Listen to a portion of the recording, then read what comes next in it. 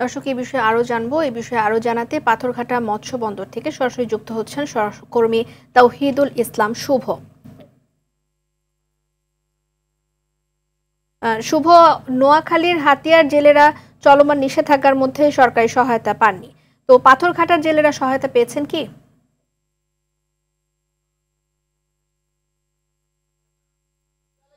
সাগরে চলছে ইলিশ সহ সামুদ্রিক মাছ মারার লক্ষ্যে সরকার দিচ্ছে 58 দিনের নিষেধাজ্ঞা।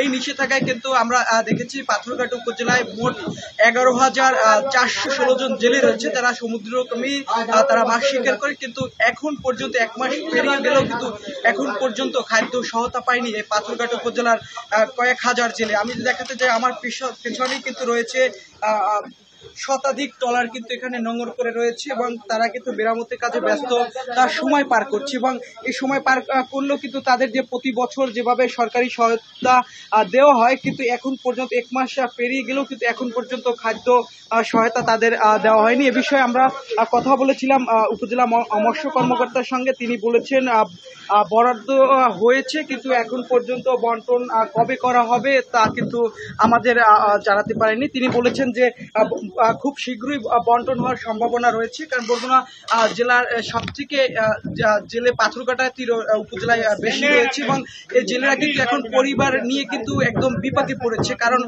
যে সরকারি যে সহায়তা, যদি খাদ্য সহায়তা পায়, সেক্ষেত্রে কিন্তু পরিবার নিয়ে তারা কিছুটা হলেও কিন্তু ঝাপট হবে তাদের। কিন্তু এখন যে তারা কিন্তু বেকারহীন হয়ে পড়েছে এবং তারা চাচ্ছে সরকার যাতে দ্রুত চাল দেওয়া হয় এবং সাগরে নিষেধাজ্ঞা কিন্তু তারা সঠিকভাবে মানছেন এবং কিন্তু মেনে নিচ্ছেন। এতে কিন্তু যেমন তারা একদিক থেকে খুশি হয়েছেন যে ভারত ও বাংলাদেশ ও মিয়ানমার একসাথে নিষেধাজ্ঞা দেওয়ায় কিন্তু জেলেরা বেশি খুশি হয়েছেন।